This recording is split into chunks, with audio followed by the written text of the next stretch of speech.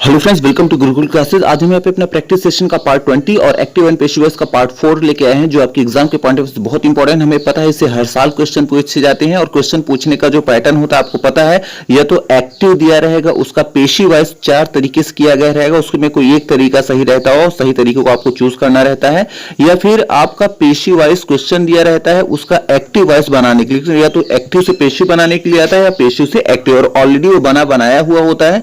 कौन सा सही ऑप्शन, आपको सही ऑप्शन चूज करना होता है। तो आज हम यहाँ पे अपना लेने वाले हैं आपका सेंटेंस जो होगा हमारा इंपरेटिव सेंटेंस को लेने वाले हैं। इंपरेटिव सेंटेंस जानते हैं, एक इंपरेटिव सेंटेंस जो होता है जनरली वर्ब की या तो फर्स्ट फॉर्म से शुरू होता है, या वर्ब की फर्स्ट फॉर्म को पहले काइंडली या प्लीज भी लगा हो सकता है, और जब इसका आप नेगेटिव बनाते हैं तो इसी को डू नॉट से सेंटेंस शुरू हो जाता है, और लेट से भी इंपरेटिव सेंटेंस शुरू होते हैं। एक इंपरेटिव सेंटेंस के माध्यम से हम ऑर्डर, रिक्वेस्ट, कमांड, वार्न या इसी तरह की चीजें व्यक्त करने का हम काम करते हैं। और जानते रहिए कि इसका जो सब्जेक्ट होता है वो यू होता है, यू छिपा रहता है, लिखा नहीं जाता। तो आइए सेंटेंस को डिस्कस करना शुरू करते हैं, तो आपको ज्यादा क्लियर हो जाएगा। फर्स्ट सेंटेंस देखिए, प्लीज सिट डाउन। अब देखिए इसमें कह रहा है कोई प्लीज, कृपया सिट डाउन, आप बैठ जाइए। तो अब सोच के बताइए, इस सेंटेंस को पढ़ के आपको ये सेंस देखना है, क्या इसमें कोई किसी से रिक्वेस्ट कर रहा है, कोई किसी को ऑर्डर दे रहा है, कोई किसी को वार्निंग दे रहा है, चेतावनी दे रहा है, या कोई किसी को एडवाइस दे रहा है, या नॉर्मली कह रहा है। जो सेंस आएगा पढ़ने के बाद, जो सेंस आपको दिखे उस सेंस को आपको यू आर एक कॉमन वर्ड रहेगा, और अगर रिक्वेस्ट है तो रिक्वेस्टेड कर देंगे, ऑर्डर दिख रहा है तो ऑर्डर्ड कर देंगे, एडवाइस है तो एडवाइज्ड कर देंगे। मतलब जो भी सेंस होगा यू आर के बाद उसी का थर्ड फॉर्म कर देंगे। अब इसमें देखिए जैसे लग रहा है कि प्लीज का मतलब ही होता है कोई किसी से रिक्वेस्ट कर रहा है, तो रिक्वेस्ट कर रहा है तो आप लिखेंगे यू आर। अब यू आर के बाद रिक्वेस्टेड यहां पे कर देंगे, क्योंकि यहां कोई रिक्वेस्ट कर रहा है, तो यू आर रिक्वेस्टेड हो जाएगा।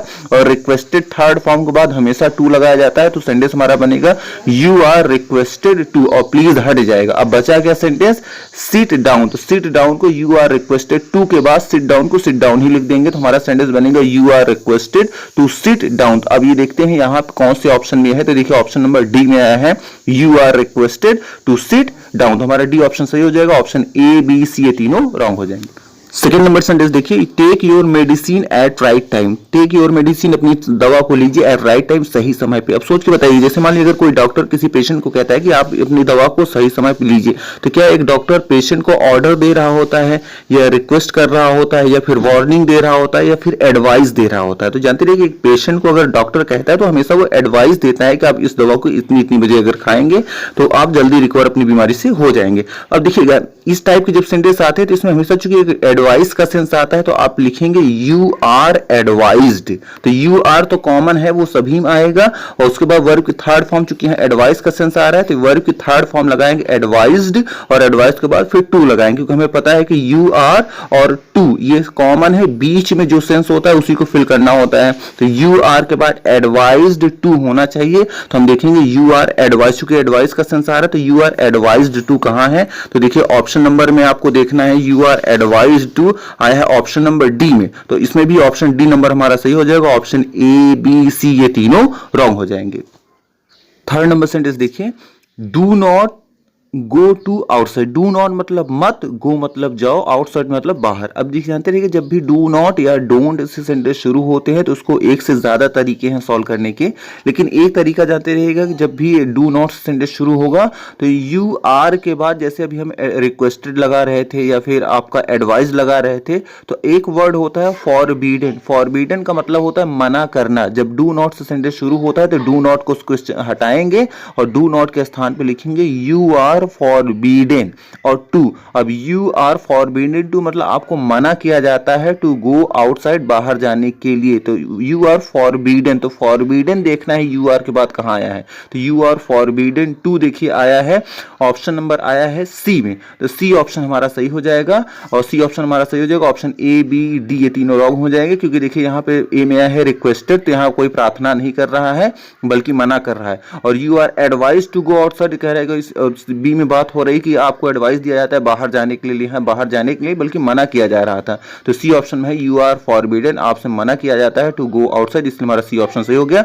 और डी ऑप्शन इसलिए हमारा गलत है, देखिए यू आर प्रिवेंटेड। प्रिवेंटेड का मना मतलब भी होता है मना करना, लेकिन जानते रहिएगा प्रिवेंटेड के बाद टू नहीं आता बल्कि फ्रॉम आता है प्रीपोजिशन, और फ्रॉम के बाद वर्ब की आईएनजी फॉर्म आता है, तो इसलिए यहाँ पे ये मिस्टेक हो गया, यहाँ पे टू लगा दिया गया है और गो आ गया। यही अगर प्रिवेंटेड के बाद टू के बजाय फ्रॉम करके गो का गोइंग कर देते तो हमारा सेंटेंस सही हो जाता है। तो सी ऑप्शन हमारा सही है, ऑप्शन ए बी डी ये तीनों रॉन्ग है। फोर्थ नंबर सेंटेंस देखिए, डोंट गो टू आउटसाइड। अब देखिएगा थर्ड और फोर्थ दोनों एक ही सेंटेंस है, चाहे आप कहिए do not go to outside या आप कहिए डोंट गो टू आउटसाइड, ये डू नॉट का शॉर्ट फॉर्म होता है डोंट। अब देखिएगा इसमें आपको, चूंकि हमें यहाँ पे निगेटिव है, यहाँ बोला गया है कि बाहर मत जाओ, तो हमारा जो पेशिव वाइज होना चाहिए उसकी भी मीनिंग ऐसी होनी चाहिए जो निगेटिव मीनिंग दे।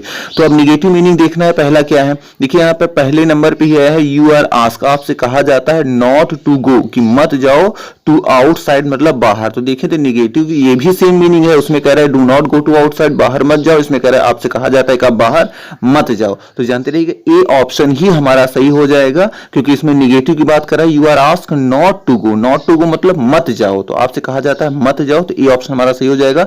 बी ऑप्शन क्यों गलत हो गया, देखिए यू आर आया है फॉरबिडन, तो फॉरबिडन तो अभी तक लगता था, तो फॉरबिडन में खुद ही निगेटिव मीनिंग होती है, लेकिन फॉरबिडन के बाद देखिए नॉट भी लग गया, तो एक सेंटेंस में दो निगेटिव वर्ड नहीं होते, फॉरबिडन भी निगेटिव मीनिंग देता है, नॉट भी देता है, इसलिए दो निगेटिव आ गए, इसलिए गलत हो गया। और सी में आया है यू आर प्रोहिबिटेड, तो आपको बताया गया था प्रोहिबिटेड जो होता है या प्रिवेंटेड होता है, इसके बाद कभी टू नहीं आता बल्कि फ्रॉम आके वर्ब की आईएनजी फॉर्म आता है, इसलिए यहाँ टू लग गया है, इसलिए सी हमारा ऑप्शन गलत हो गया। और डी हमारे इसलिए गलत है कि यू आर ऑर्डर, आपको आदेश दिया जाता है टू गो टू आउटसाइड, आप बाहर जाइए। क्वेश्चन कह रहा है कि आप बाहर मत जाइए, और इसमें कह रहे हैं कि आपको आदेश दिया जाता है कि आप बाहर जाइए, तो अपोजिट बातें हो गई। हाँ, अगर इसमें ऑर्डर के बाद नॉट लग के तब टू होता तो शायद सेंटेंस को हम फिर भी सही मान सकते थे, तो डी भी हमारा ऑप्शन यहाँ पे रॉन्ग हो जाएगा। फिफ्थ नंबर सेंटेंस देखिए, let me do this work, let me do मुझे करने दो, दिस वर्क इस काम को। अब देखिएगा यहाँ पे लेट जो होती है एक वर्ब है, और वर्ब के बाद हमेशा ऑब्जेक्ट आता है, तो जानते रहिएगा लेट के बाद देखिए एक ऑब्जेक्ट आया है मी, और मी के बाद देखिए डू वर्ब की फर्स्ट फॉर्म आकर फिर दिस वर्क भी आ गया एक और ऑब्जेक्ट। तो आपके पास लेट वाले सेंटेंस में आपको जनरली दो ऑब्जेक्ट मिलेंगे, एक लेट के बाद वाला और उस ऑब्जेक्ट के बाद वर्ब आकर फिर एक और ऑब्जेक्ट मिलेगा। तो आपको करना क्या होता है कि पहले वाले ऑब्जेक्ट को दूसरे वाले की जगह रखना होता है, दूसरे वाले को उठाकर पहले वाले की जगह। अब जैसे देखिएगा लेट का लेट ही रहने देंगे, तो लेट का लेट ही देखिए हर स्थान पे है। अब लेट के बाद एक तरफ मी आया है, एक तरफ देखिए दिस वर्क आया है, तो दिस वर्क को उठाकर पहले ले आएंगे। तो लेट के बाद देखेंगे दिस वर्क कहां आया है, तो देखिए लेट के बाद दिस वर्क चारों ऑप्शन में आया है। अब दिस वर्क के बाद बी लगाकर जो वर्ब की फर्स्ट फॉर्म होगी उसको थर्ड फॉर्म होना चाहिए, तो लेट दिस वर्क के बाद बी देखते हैं, और बी के साथ वर्ब की थर्ड फॉर्म देखेंगे कहां पे है, तो देखिए दिस वर्क के बाद बी लगाकर वर्ब की थर्ड फॉर्म आया है, ऑप्शन नंबर ए में ही मिल गया है, तो बी लगाया है, बी के बाद देखिए डू का हो गया है डन, और लास्ट में आ गया है मी को उठाकर हमने किया तो बाई मी हो गया, तो ऑप्शन नंबर हमारा ए सही हो जाएगा। तो सेंटेंस देखिए क्या बना, let this work be done by me. C B हमारा इसलिए गलत हो गया कि लेट के बाद दिस वर्क आया है लेकिन बी डबल ई एन आ गया, तो बी डबल ई एन नहीं आता बल्कि बी ई आता है। और सी हमारा इसलिए गलत हो गया कि बीइंग हो गया, तो बीइंग भी नहीं होता। और डी हमारा देखिए इसलिए गलत हो गया कि लेट के बाद दिस वर्क के बाद इज आ गया, तो is am are was work का तो कोई यहाँ कॉन्सेप्ट ही नहीं है, तो हमारा ए ऑप्शन सही हो गया, ऑप्शन बी सी डी ये तीनों रॉन्ग हो जाएंगे। 6 नंबर सेंटेंस देखिए, let us do this work, let us do this work मतलब आइए इस काम को करें। एक चीज जानते रहिएगा, लेट के बाद अगर अस आ जाता है तो इसका अपना अलग रूल होता है, और लेट अस जिसको पेशिवर्स बनाते समय लेट अस को हटाते हैं, लेट अस के स्थान पे आप लिखते हैं इट इज सजेस्टेड या प्रपोज्ड, और उसके बाद दैट लगाकर, और दैट के बाद या तो लिखते हैं वी या तो लिखते हैं दे, और वी या दे के बाद शुड लगाकर फिर सेंटेंस को आगे बढ़ा देते हैं। तो हमें देखना है कि इट इज सजेस्टेड दैट या फिर इट इज प्रपोज दैट के बाद वी शुड या दे शुड कहां आया है, तो इट इज सजेस्टेड दैट हमें देखना है कहां पे है। तो देखिए ऑप्शन नंबर डी में आया है इट इज सजेस्टेड दैट, उसके बाद आया है वी शुड। इतना लेट अस को हटाकर इतना पूरा लिखना पड़ेगा, it is suggested that we should या फिर इट इज सजेस्टेड दैट या propose that they should, should तक आपको इतना लगाना पड़ेगा। उसके बाद जो सेंटेंस बच रहा है उसको उतना लिख देंगे। देखिए डू दिस वर्क का डू दिस वर्क हो जाएगा, डी ऑप्शन हमारा सही हो जाएगा, ऑप्शन ए बी सी ये तीनों रॉन्ग हो जाएंगे। 7th नंबर सेंटेंस देखिए, let Ram help the poor, let Ram help the poor मतलब राम को गरीबों की मदद करने दो। अब इसमें देखिएगा आपको फिर बताया गया जब लेट के बाद आपका कोई भी नाउन प्रोनाउन आ जाता है तो ये आपको पता है लेट वाले में जनरली दो ऑब्जेक्ट मिलते हैं, एक लेट के बाद मिलता है जैसे यहाँ राम आया है, और राम के बाद देखिए ऑब्जेक्ट आया, वर्ब आई है आपका हेल्प, और हेल्प के बाद फिर से दूसरा ऑब्जेक्ट आया है द पुअर। हमें पता है कि एक ऑब्जेक्ट को उठाकर दूसरे वाले के स्थान पे रखते हैं और दूसरे वाले को उठाकर पहले वाले के स्थान पे, दोनों को रिप्लेस करते हैं एक दूसरे के स्थान पे। तो पहले लेट को लेट ही रहने देंगे हम, तो लेट का लेट ही रहेगा। अब एक तरफ राम आया है, एक तरफ द पुअर आया है, तो द पुअर को उठाकर राम के स्थान पे करना है हमें। तो देखते हैं द पुअर किस में आया है, तो देखिए ऑप्शन ए में आया है, बी में आया है और सी में भी आया है।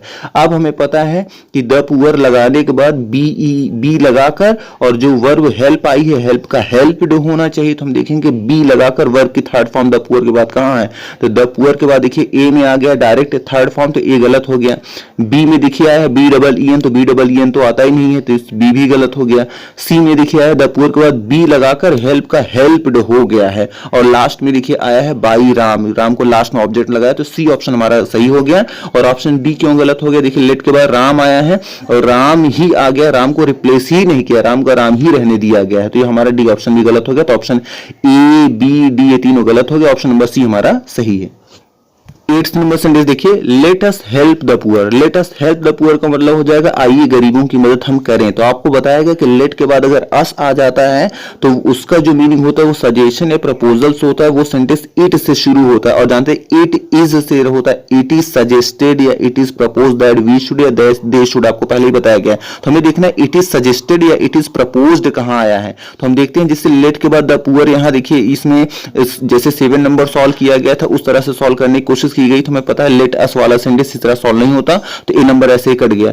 बी नंबर में देखिए आया है इट इज सजेस्ट, सजेस्ट आया है, तो हमें पता है सजेस्टेड होना चाहिए वर्ब की थर्ड फॉर्म, तो यहां वर्ब की फर्स्ट फॉर्म आई है, इसलिए हमारा बी नंबर भी गलत हो गया। सी नंबर ऑप्शन देखिए इट इज प्रपोज्ड आया है, तो हमें पता है कि लेट अस वाला सेंटेंस या तो शुरू होता है इट इज सजेस्टेड दैट या फिर इट इज प्रपोज्ड दैट, तो इसमें इट इज प्रपोज्ड दैट मिल चुका है। उसके बाद देखिए वी शुड या दे शुड आता है, तो यहां देखिए वी शुड भी मिल चुका है, तो इसका मतलब हमारा सी ऑप्शन क्या है, सही है।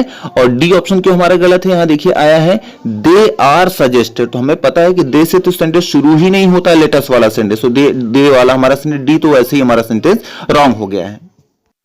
9th नंबर सेंटेंस देखिए, let Radha not open the door. अब इसमें देखिए let Radha not open the door, हमें पता है लेट के बाद देखिए राधा एक तरफ आया है और ओपन द डोर एक तरफ डोर आया है, तो दो ऑब्जेक्ट हैं लेट वाले सेंटेंस में।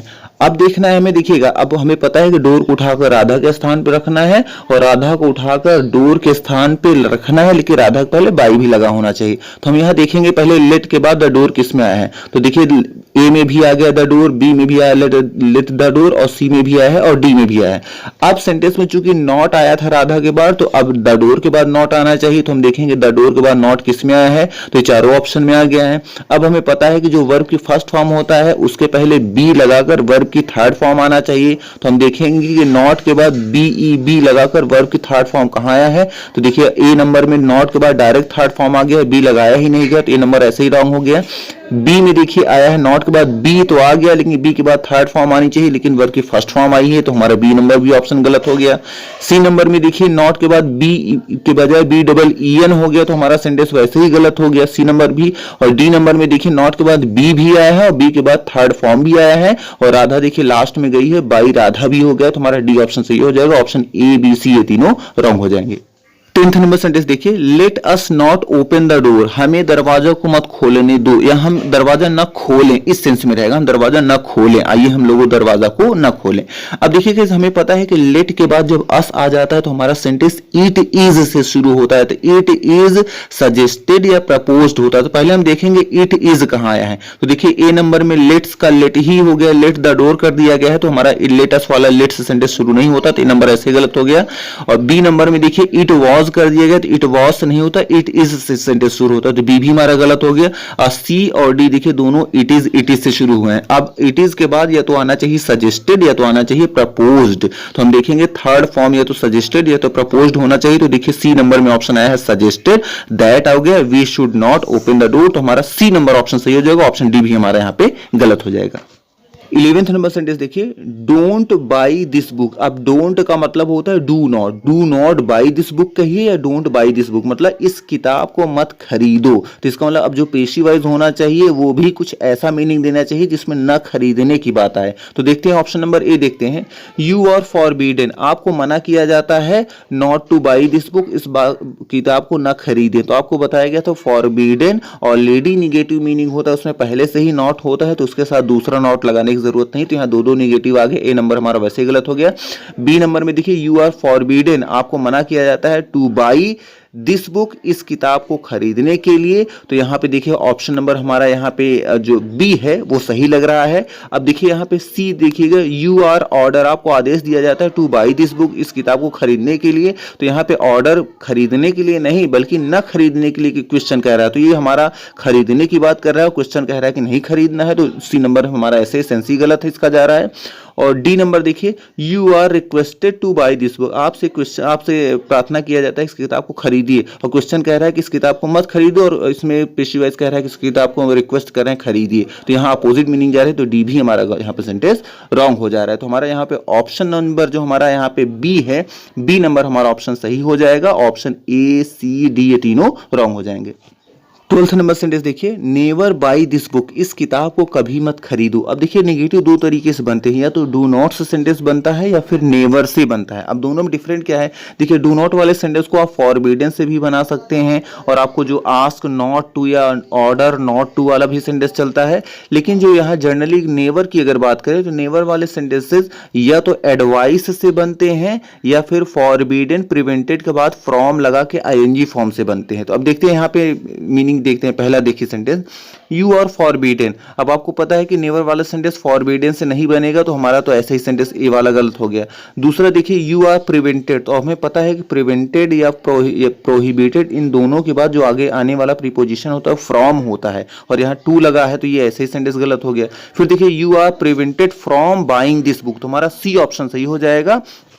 और डी हमारा इसलिए गलत हो गया, देखिए है you are advise to buy book, आपसे एडवाइस आपको दिया जाता है कि आप इस किताब को खरीदें, और वहां कह रहा था क्वेश्चन में कि नेवर बाई दिस बुक, तो यहाँ सेंस ही गलत जा रहा है, तो इसलिए डी भी हमारा ऑप्शन गलत हो जाएगा। 13 नंबर सेंटेंस देखिए, please send me this message. अब जानते हैं चाहे प्लीज हो या काइंडली हो, दोनों का ही मतलब होता है कृपया। और जो कोई कृपया कह के आपसे कहता है कि कृपया ये चीज कर दीजिए, कृपया वो चीज कर दीजिए, तो जानते रहिएगा वहां रिक्वेस्ट की ही फीलिंग रहती है। तो आप वहां लगाएंगे यू आर रिक्वेस्टेड टू। तो हम देखेंगे यू आर रिक्वेस्टेड टू कहाँ आया है, तो देखिए यू आर रिक्वेस्टेड टू आया है ऑप्शन नंबर सी में, तो सी हमारा ऑप्शन सही हो जाएगा। और ऑप्शन नंबर ए में देखिए ऑर्डर आ गया, तो कोई ऑर्डर प्लीज कह के नहीं देता, और प्लीज कह के देखिए बी में आया है एडवाइज्ड, एडवाइस भी कोई नहीं देता, और यहाँ प्लीज कह के कोई आपको देखिए डी में आ गया वार्न, मतलब वार्निंग देना, चेतावनी, तो कोई चेतावनी भी नहीं देता। तो हमारा ए बी डी ये तीनों गलत हो जाएंगे, सी ऑप्शन हमारा सही हो जाएगा। सेंटेंस हमारा क्या है, you are requested to send me this message.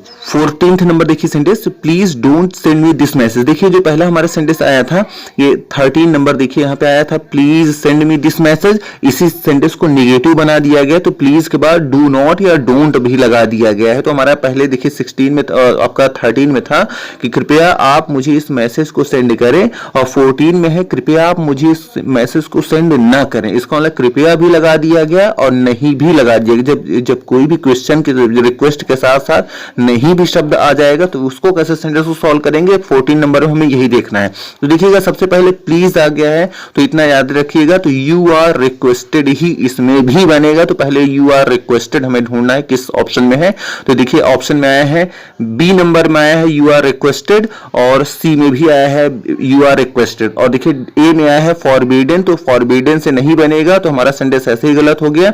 और डी में आया है एडवाइज, तो एडवाइज भी हमारा गलत हो गया। अब बी सी में से कोई एक होगा। अब हमें देखना है यू आर रिक्वेस्टेड के बाद देखना है, चूंकि वहां डू नॉट आया है तो यू आर रिक्वेस्टेड के तुरंत बाद नॉट लगाकर तब डू आना चाहिए। तो हम देखेंगे you are requested not to कहां आया है, तो देखिए बी में आया है यू आर रिक्वेस्टेड के बाद टू आ गया है, नॉट लगाया ही नहीं गया, तो बी नंबर हमारा गलत हो जाएगा।